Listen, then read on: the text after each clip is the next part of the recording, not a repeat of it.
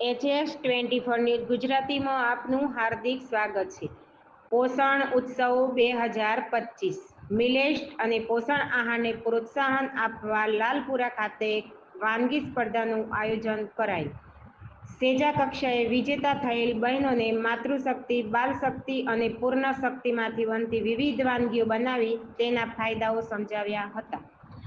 જામનગર તારીખ 22 લોકોના આરોગ્ય અને સુખાકારીમાં સુધારો લાવવા રોજિંદા આહારમાં કોદરા, જુવાર, બાજરી, રાગી વગેરે જેવા મિલેટ્સનો ઉપયોગ કરવામાં આંગણવાડી કેન્દ્રમાં અપાતા પોષણયુક્ત આહાર વિશે જાગૃતિ ફેલાવતા હેતુ લાલસર ICDS ઘટક દ્વારા પોષણ ઉત્સવ 2025 અંતર્ગત એક અનોખી વાનગી સ્પર્ધાનું આયોજન કરવામાં આવ્યું હતું।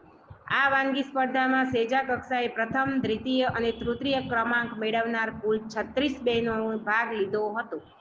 તેમણે માતૃશક્તિ, બાલશક્તિ અને પૂર્ણ શક્તિમાંથી બનતી વિવિધ પોષણ વાનગીઓ બનાવીને આકર્ષક સજાવટ સાથે પ્રસ્તુત કરી હતી અને તેના ફાયદા સમજાવવામાં આવ્યા હતા। વાનગી સ્પર્ધા ઉપરાંત આ કાર્યક્રમમાં પોષણ શિક્ષણને વધુ રસપ્રદ બનાવવા માટે વિવિધ રમતો પણ આયોજન કરવામાં આવ્યું હતું, જેમાં પોષણ રમત અને સેલ્ફ પ્રોડક્ટ દોરવા જેથી પ્રવૃત્તિઓ જોવાઈ હતી, જેના દ્વારા બાળકો અને લાભાર્થીઓને પોષણનું મહત્વ સરળતાથી સમજાવવામાં આવ્યું હતું। આ રમતોમાં ઉપસ્થિત મહાનુભાવો અને લાભાર્થીઓએ પણ ખૂબ જ ઉત્સાહપૂર્વક ભાગ લીધો હતો।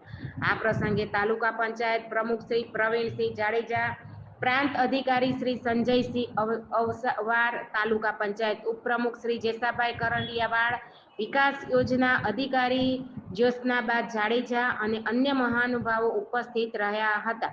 HX24 ન્યૂઝ ગુજરાતી સાથે બ્યુરો રિપોર્ટ।